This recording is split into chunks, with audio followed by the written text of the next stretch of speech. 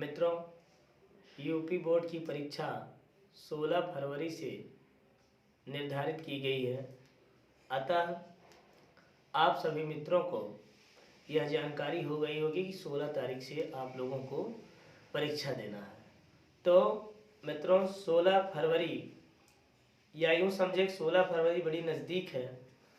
अतः अब आप सभी लोग अपनी परीक्षा के समय में और अधिक तेज़ी कर दें। जितना भी आप परीक्षा देने के लिए तैयारी कर रहे हैं, उस तैयारी में थोड़ी सी और वृद्धि कर दें। ठीक है मित्रों, तो आप लोगों को सुक्ति सुधा नामक पाठ यूपी बोर्ड कक्षा 10 संस्कृत विषय के तीसरे पाठ सुक्ति सुधा से मैं जोड़ने का प्रयास किया था। चौथा पाठ है यह। और सुक्ति सुधा नामक पाठ में कुछ 4 श्लोक जो है कि पढ़ाए जा चुके थे। आइए आज हम सभी लोग 5वां श्लोक पढ़ते हैं। देखिए लिखा है, अप्राप्त कालम वचनम बृहस्पति अपि ब्रुवन् प्राप्नुयात् बुद्धि अवज्ञा अपमानं च शाश्वतम। मित्रों, यह पाठ परीक्षा में पूरी उम्मीद है कि आ सकता है। अतः आप लोग इस पाठ को अच्छी तरह से पढ़िएगा। ठीक, सबसे पहले हम लोग इसका संदर्भ जानते हैं। प्रस्तुत संस्कृत श्लोक हमारी पाठ्य पुस्तक संस्कृत पद्य पीयूषम में वर्णित सुक्ति सुधा नामक पाठ से उद्धृत है। ठीक, आइए 5वां श्लोक देखते हैं। लिखा है कि प्रस्तुत श्लोक में समय के प्रतिकूल या समय के विपरीत बात न कहने की शिक्षा दी गई है।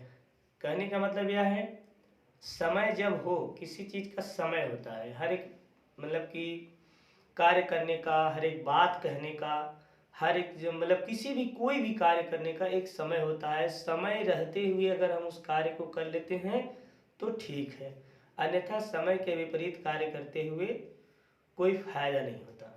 तो इस श्लोक में देखिए यही बताया जा रहा है कि अप्राप्त कालम वचनम मिला, अप्राप्त कालम वचनम बृहस्पति अप ब्रुवन्। अप्राप्त कालम मतलब समय के विपरीत, अप्राप्त कालम मतलब समय के विपरीत, समय के विपरीत बृहस्पति अपि अर्थात देवताओं की गुरु यानी बृहस्पति, देवताओं के गुरु को बृहस्पति माना गया है।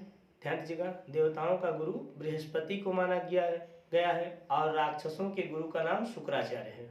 ये भी आप याद रखिएगा। तो यहाँ पे देवताओं के गुरु अर्थात बृहस्पति के बारे में बताया जा रहा है कि समय के विपरीत बात कहते हुए देवताओं के गुरु अर्थात बृहस्पति भी, आप ही देखिए लिखा है बृहस्पति रपि, बृहस्पति अपि, तो बृहस्पति भी अप्राप्त कालम समय के विपरीत वचनम ब्रुवन्, वचनम माने बात को, ब्रुवन् मतलब कहते हुए, बृहस्पति अपि देवताओं के गुरु बृहस्पति भी समय, देखिए लिखा है कि क्या लिखा है, अप्राप्त कालम, अप्राप्त, प्राप्त कालम माने जो समय प्राप्त कर लिया जाए, और अप्राप्त कालम मतलब समय के विपरीत, समय जब बीत जाए तब, तो समय के विपरीत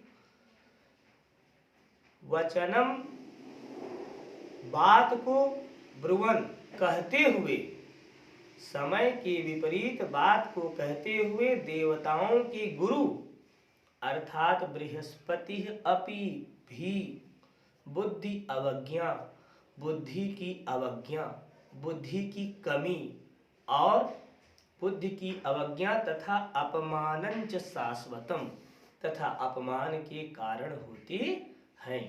यहाँ पे यह बताने का प्रयास किया गया है कि जो देवताओं के गुरु हैं अर्थात बृहस्पति, अगर वे भी समय के विपरीत बात कहें तो वे भी बुद्धि की अवज्ञा और अपमान के कारण समझे जाएंगे।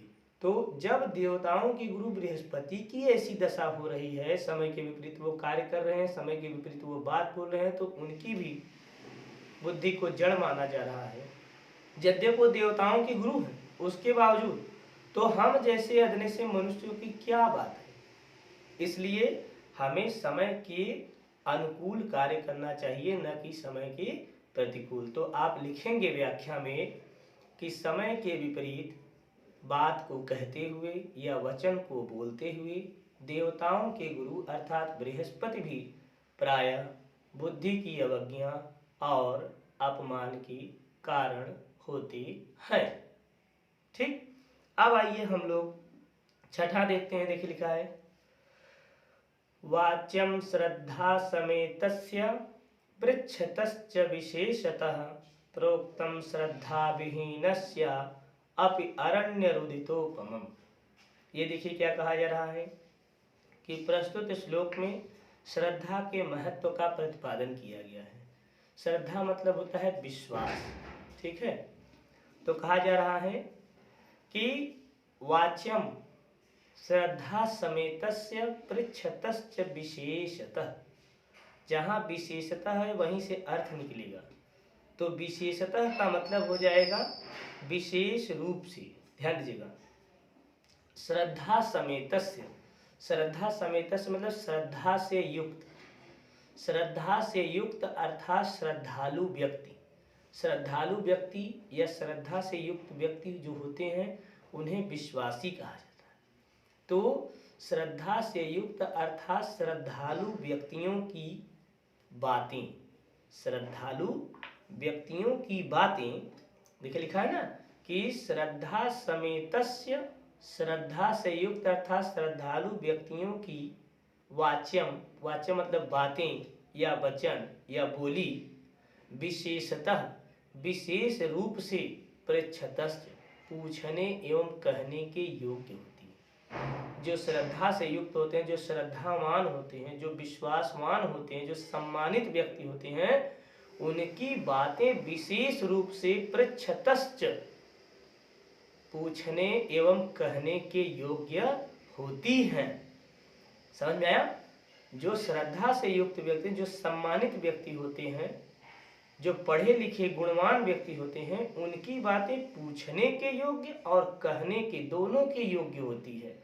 लेकिन विपरीतम, देखिए लिखा है आगे कि और इसके विपरीत श्रद्धा विहीन, और जो श्रद्धा से हीन होते हैं, श्रद्धा से रहित होते हैं, अर्थात अश्रद्धालु व्यक्ति होते हैं, असम्मानित व्यक्ति होते हैं, अआदरित व्यक्ति होते हैं, उनकी बातें ऐसी निरर्थक होती है जैसा अरण्य रुदितोपमम्। अरण्य मतलब होता है जंगल, जैसा अरण्य अर्थात जंगल में रोना। प्रोक्तम मतलब कहने के योग्य या पूछने के योग्य। देखिए लिखा है कि फिर से बताते हैं कि श्रद्धा समेत से, जो श्रद्धा से युक्त व्यक्ति होते हैं, उनकी बातें पृच्छतश्च पूछने के एवं प्रोक्तम कहने के योग्य होती हैं। जो श्रद्धा से युक्त व्यक्ति होते हैं, जो विश्वास से युक्त व्यक्ति होते हैं, उनकी बातें पूछने एवं प्रोक्तम कहने के योग्य होती हैं। और इसके विपरीत जो श्रद्धा विहीन व्यक्ति होते हैं, अर्थात जो अश्रद्धालु व्यक्ति होते हैं, उनकी बातें ऐसी निरर्थक होती हैं जैसा अरण्यो रुदितोपमम्। अरण्य रुदितोपमम् अर्थात अरण्य मतलब जंगल में, रुदितोपमम् रोना। अब भाई जंगल में कोई रोएगा तो कौन सुनेगा? कोई सुनने वाला नहीं है। वैसे ही जो असम्मानित व्यक्ति होते हैं, उनकी भी बातें निरर्थक होती हैं, उनकी भी बातें कोई पूछने, कहने, सुनने वाला नहीं होता है। आप लिख लेंगे। अगला देखिए लिखा है वसुमति पतिनानु सरस्वती बलवता रिपुणा न च नीयते सम विभाग हरैर्न विभज्यते विबुध बोध बुधैरपि सेव्यते। फिर से देखिए लिखा है वसुमति पतिनानु सरस्वती बलवता रिपुणा न च नीयते सम विभाग हरैर्न विभज्यते विबुध बोध बुधैरपि सेव्यते। ये देखिए क्या कहा जा रहा है कि वसुमति पतिनानु सरस्वती। ध्यान दीजिएगा, सरस्वती का मतलब होता है विद्या। यह विद्या न तो राजा के द्वारा, यह विद्या वसुमति, वसुमति माने होता है पृथ्वी, और पति मतलब स्वामी। तो वसुमति पति, वसुमति पतिना देखिए पति, पति का तृतीय व्यक्ति लगी है, के द्वारा हो जाएगा, कर्ता ने कर्म को करण से या के द्वारा। तो न सरस्वती, देखिए नु सरस्वती, इस सरस्वती अर्थात इस विद्या को वसुमति पतिना, न तो राजा के द्वारा, वसुमति पतिना मतलब राजा, इस विद्या को, ज्ञान को न तो राजा के द्वारा, आगे लिखा है बलवता रिपुणा, और न ही बलवान शत्रु के द्वारा च नियति, नहीं ले जाया जा सकता है। माने इस विद्या को, ज्ञान को, जो हमारे माइंड में सुरक्षित है, जो हमारे दिमाग में सुरक्षित है, इस विद्या को न तो राजा के द्वारा छीना जा सकता है और न बलवान शत्रु के द्वारा ही ले जाया जा सकता है।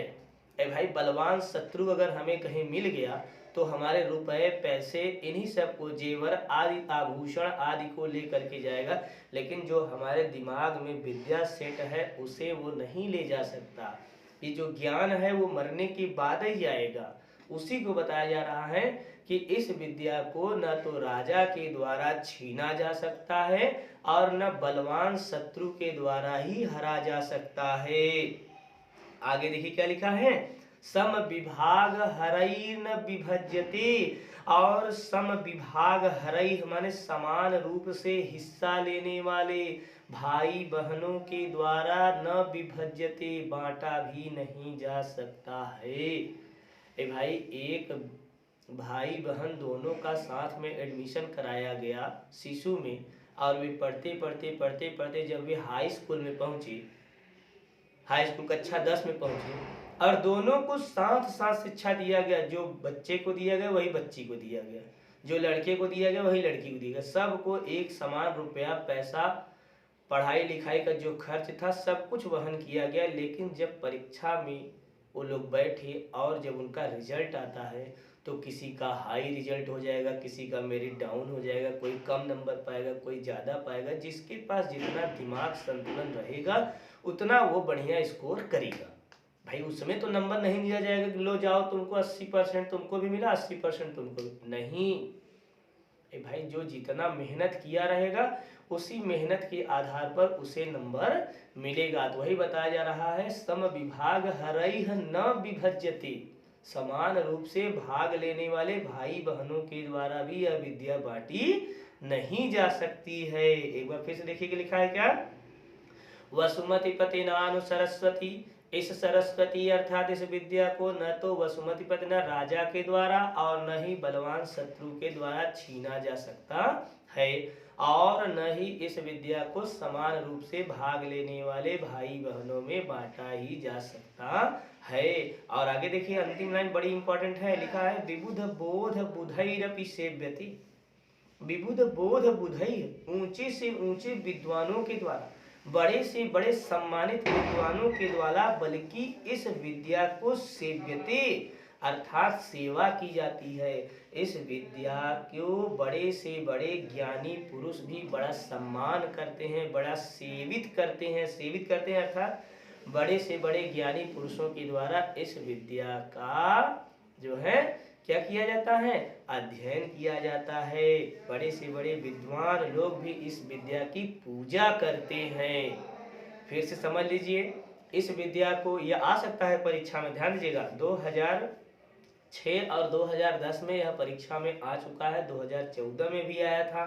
तो महत्वपूर्ण है, तो आप याद रखिए कि वसुमति पति नानु सरस्वती, इस विद्या को न तो राजा के द्वारा और न ही बलवान शत्रु के द्वारा छीना जा सकता है, और न ही समान रूप से भाग लेने वाले भाई बहनों के द्वारा बांटी ही जा सकती है, बल्कि ज्ञानी पुरुषों के द्वारा विबुध बोध बुधैरपि, बल्कि ज्ञानी पुरुषों के द्वारा इस विद्या की पूजा की जाती है, इस विद्या का सम्मान किया जाता है। अगला देखिए लिखा है, लक्ष्मी या याचक दुख हारिणी, लक्ष्मी न याचक दुख हारिणी, विद्या न या अपच्युत भक्ति कारिणी, पुत्रो न यह पंडित मंडल अग्रणी सा नैव सा नैव सा नैव नैव नैव। कहने का मतलब यह है, देखिए लिखा है क्या कि लक्ष्मी न, अर्थात वह लक्ष्मी लक्ष्मी नहीं है। लक्ष्मीर न देखिए लिखा है, अर्थात वह लक्ष्मी लक्ष्मी नहीं है। या याचक दुख हारिणी, जो याचक के अर्थात मांगने वालों के दुख का हरण न कर सके। वह लक्ष्मी लक्ष्मी नहीं है जो मांगने वालों के दुखों को हरित न कर सके, दुखों का निवारण न कर सके। वह लक्ष्मी लक्ष्मी नहीं है, लक्ष्मी न, वह लक्ष्मी लक्ष्मी नहीं है जो मांगने वालों के दुखों को हरण न कर सके, दुखों को मिटा न सके, वह लक्ष्मी लक्ष्मी नहीं है। और विद्या न, वह विद्या विद्या नहीं है जो अपिच्युत भक्ति कारिणी, जो भगवान विष्णु की भक्ति न करा सके, जो भगवत भक्ति न करा सके, वह विद्या विद्या नहीं, वह लक्ष्मी लक्ष्मी नहीं जो याचकों के दुखों को दूर न कर सके। पुत्रो न, और वह पुत्र पुत्र नहीं है, और वो पुत्र पुत्र नहीं है। यह पंडित मंडल अग्रणी, जो पंडितों के मंडली में श्रेष्ठता न साबित कर सके। वह पुत्र पुत्र नहीं है जो पंडितों की मंडली में अग्रणी न हो सके, अग्रगण्य न हो सके, पंडितों की मंडली में सबसे आगे अपने आप को बैठने का साहस न जुटा सके। सा नैव नैव नैव, न ही वह लक्ष्मी है, न ही वह सरस्वती है, माने न ही वह लक्ष्मी है, न ही वह ज्ञान है, न ही वह विद्या है, और न ही वह पुत्र है। फिर से देखिए, लक्ष्मी न याचक दुख हारिणी, वह लक्ष्मी लक्ष्मी नहीं जो याचकों के दुखों को दूर न कर सके। वह, और आगे देखिए लिखा है कि विद्या न या अपिच्युत भक्ति कारिणी, और वह विद्या नहीं है जो भगवत भक्ति न करा सके। और सपुत्र न, देखिए लिखा है ना, पुत्रो न, और वह पुत्र पुत्र नहीं है जो पंडितों के, विद्वानों के, ज्ञानियों के मंडल में, समूह में आगे न बैठ सके। न ही वह लक्ष्मी है, न ही वह विद्या है, और न ही वह पुत्र है। आशा है आपको आया होगा, ये बड़ा धमाकेदार है, आ सकता है परीक्षा में। अगला देखिए, अंतिम लिखा है, ये शार्दुल विकटित छंद है। आइए मैं इसको आपको गा करके थोड़ा सा सुनाता हूँ। केयूराः न विभूषयन्ति पुरुषं, हारा न चन्द्रोज्ज्वला, न स्नानं न विलेपनं न कुसुमं, नालङ्कृता मूर्ध्वजा, वाण्येका समलङ्करोति पुरुषं, या संस्कृता धार्यते, क्षीयन्ते खलु भूषणानि सततं, वाग्भूषणं भूषणं, वाग्भूषणं भूषणं। तो मित्रों, ये जो है देखिए लिखा है, शार्दुल विकटित छंद 4 पंक्तियों का है, और इस श्लोक में संस्कार से युक्त वाणी की महत्व का वर्णन किया गया है। संस्कार युक्त वाणी का कितना महत्व होता है, आइए देखते हैं। लिखा है कि केयूराः न विभूषयन्ति पुरुषम, पुरुष को केयूरा मतलब होता है बाजूबंद, जो अपने यहाँ बाह में बांधते हैं, कुछ लोग फैशन के रूप में बांधते हैं। तो यहाँ पे देखिए कवि क्या कह रहा है कि केयूरा न विभूषयन्ति पुरुषम, पुरुष को न तो बाजूबंद ही सुशोभित करते हैं, और हारा न चंद्रोज्ज्वला, और न ही चंद्रमा के समान उज्ज्वल हार ही उसे सुशोभित करते हैं। पुरुष को न तो बाह पर बांधे जाने वाले बाजूबंद ही सुशोभित करते हैं, और न ही चंद्रमा के समान उज्ज्वल हार ही उसे सुशोभित करते हैं। न स्नानम, न स्नान करना, न विलेपनम न चंदन आदि का लेप लगाना, न कुसुमम न अलंकृता मूर्ध्वजा, और न ही फूल की सजी हुई मालाएं ही उसे सुशोभित करती हैं। फूल से सुशोभित बाल जो है ना, कहने का मतलब यह है कि न स्नान करना, न चंदन आदि का लेप लगाना, और सुसज्जित बाल पुरुष को सुशोभित नहीं करते। एक बार फिर से देखिएगा, लिखा है कि केयूराह न विभूषयन्ति पुरुषम, पुरुष को, मनुष्य को बाह पर बांधे जाने वाले बाजूबंद ही नहीं सुशोभित करते।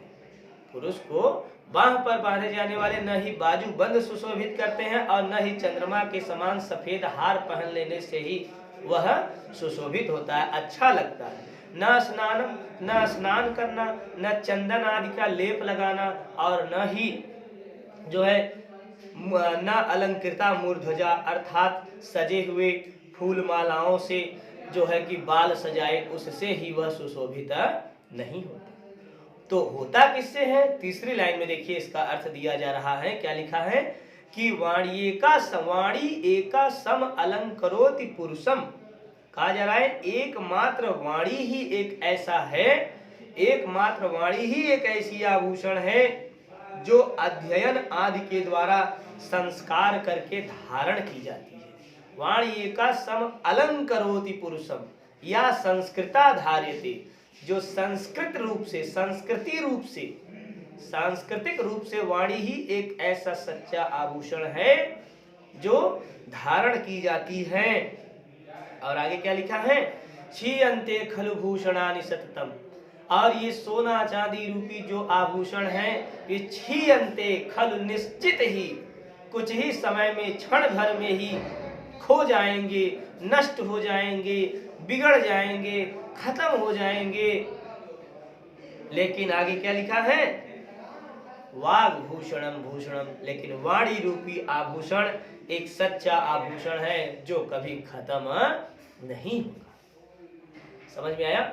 फिर से एक बार देख लीजिए कि मनुष्य को न तो बाजूबंद ही सुशोभित करते हैं, न चंद्रमा के समान उज्ज्वल हार ही सुशोभित करता है। ठीक, न स्नान करना, न चंदन आदि का लेप लगाना, और न ही सजे हुए बाल, फूलों से युक्त या सजे हुए बाल ही मनुष्य को सुशोभित करते हैं या शोभा का केंद्र बनाते हैं। वाणी ही एक ऐसा सच्चा आभूषण है जिसके अध्ययन करने से, संस्कार रूप से धारण करने से या धारण की गई है, पुरुष को वही वाणी रूपी आभूषण सुशोभित करती है। क्षीयन्ते खलु भूषणानि सततम, ये भूषण, ये आभूषण जो है वे क्षण भर में ही नष्ट हो जाएंगे, खत्म हो जाएंगे, लेकिन वाणी रूपी आभूषण सततम मतलब लगातार रूप से बनी रहेगी, चलती रहेगी, क्योंकि वाणी ही एक ऐसा सच्चा आभूषण है जो कभी भी मनुष्य का खत्म या नष्ट नहीं हो सकती है। तो मित्रों, उम्मीद है कि आप लोगों को यह सुक्ति सुधा नामक पाठ अच्छी तरह से समझ में आया होगा। जल्दी से जल्दी इसे पढ़िए और निश्चित रूप से अपनी परीक्षा में 100% नंबर लाने का प्रयास कीजिए। शायद मैं कंफर्म नहीं हूँ, लेकिन मुझे ऐसा उम्मीद है कि मैं पढ़ा था सुबह में कि 16 फरवरी को आपकी हिंदी का पेपर है हाई स्कूल का, और 23 फरवरी को शायद संस्कृत का पेपर है। 23 को है शायद या 22 को है, 16, 6, 22, 23 को लगता है, कंफर्म नहीं हूँ मैं। तो मान लीजिए, तो ऐसे ही 6 दिन के गैप पे है, तो संस्कृत और हिंदी विषय मैं आपको प्रोवाइड करा रहा हूँ। जितना हो सके उतना जल्दी आप तैयारी कीजिए। मैं आपको बता देना चाहता हूँ मित्रों, 16 फरवरी बहुत जल्द ही आ जाएगी, आप निश्चित रूप से तैयारी करते रहिए। सुक्ति सुधा पाठ आज आपका खत्म हो गया है। मैं कल आपको बहुत शीघ्र ही विद्यार्थी चर्या पाठ से जोड़ने का प्रयास करूंगा मित्रों। और पाठ का सारांश, जैसे कविकुल गुरु कालिदास पाठ का सारांश, नैतिक मूल्यानि पाठ का सारांश, और विश्व कवि रविंद्र आदि शंकराचार्य, ये 4 पाठ के जो है सारांश हैं, इन्हें अच्छी तरह से आप रिपीट मान लीजिए। 5 नंबर या 4 नंबर के साथ क्वेश्चन यहाँ से आपकी फंसेंगे पक्का है। विद्या, परोपकार, सदाचार, सत्संगति, महाकवि कालिदास और पर्यावरण, ये 6 निबंधों को आप अच्छी तरह से रट लीजिए 8-8 लाइन और एक श्लोक के माध्यम से। निश्चित है आपको यहाँ पर 4 नंबर मिलने के पूरे चांसेस हैं। ठीक है। फिर वहाँ पर आप कथा नाटक कौमुदी में जीमूत वाहन का चरित्र चित्रण, सुमेधा का चरित्र चित्रण, विनय का चरित्र चित्रण, दीपक और आफताब का चरित्र चित्रण तथा महात्मा गांधी का चरित्र चित्रण, ये जो सगोड़ नंबर है, सॉरी मतलब ये जो मतलब कि थोक नंबर हैं, इनको अच्छी तरह से आप पढ़ने का प्रयास कीजिए। संधि समास कारक ये मैं आपको पढ़ा रहा हूँ, वहाँ से आप पढ़ते रहे। बहुविकल्पी प्रश्न संधि समास कारक इन्हीं सबसे आएंगे।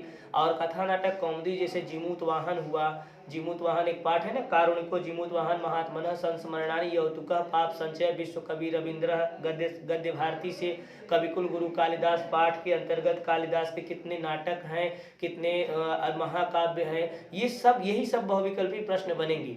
आप जल्दी से जल्दी जो है कि कोई भी गाइड खरीदे होंगे उन गाइडों को भी देखिए, जो नोट्स बनाए हैं उनको देखिए, किताबों में जो पढ़ रहे हैं उनको आप पढ़ते रहे, अपना स्वयं का एक अच्छे से नोट्स बनाइए। जो आपका स्वयं का नोट्स रहेगा वही आपको आगे कारगर साबित कराएगा। और मित्रों, मैं मुझसे जो हो रहा है मैं आप लोगों के समक्ष लाने का प्रयास कर रहा हूं। अच्छे जो पाठे हैं जो परीक्षा में निश्चित रूप से आते ही रहते हैं, उन्हीं पाठों के संकलन को लेकर के मैं आप लोगों के समक्ष प्रस्तुत होने का प्रयास कर रहा हूं। मित्रों, मैं भी पढ़ाई कर रहा हूं, मैं भी अध्ययन कर रहा हूं।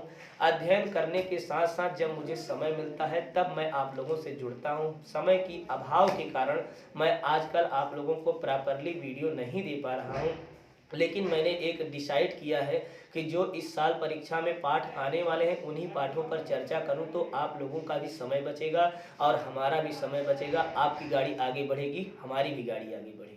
तो मित्रों, इसी आशा उम्मीद के साथ हम जो है कि आज आपसे यहीं पर रुखसत होते हैं कि आप मेहनत करेंगे अच्छी तरह से। जो भी आप पढ़ाई जितने भी घंटे कर रहे हैं उनमें कम से कम 2 घंटे का समय और लगा दीजिए। ये आपकी हाई स्कूल की परीक्षा ऐसी परीक्षा है जो कि जल्द से जल्द होने वाली है। साथ में आपके पूरे 10 साल, जो 10 साल आपने कमाया है, 10 साल जो जब पहली बार आप कलम पकड़े थे स्कूल में जाकर के, तब से आपकी आज तक की कोई डिग्री ऐसी नहीं बनी थी जिसे किसी के सम्मुख आप रख सकें।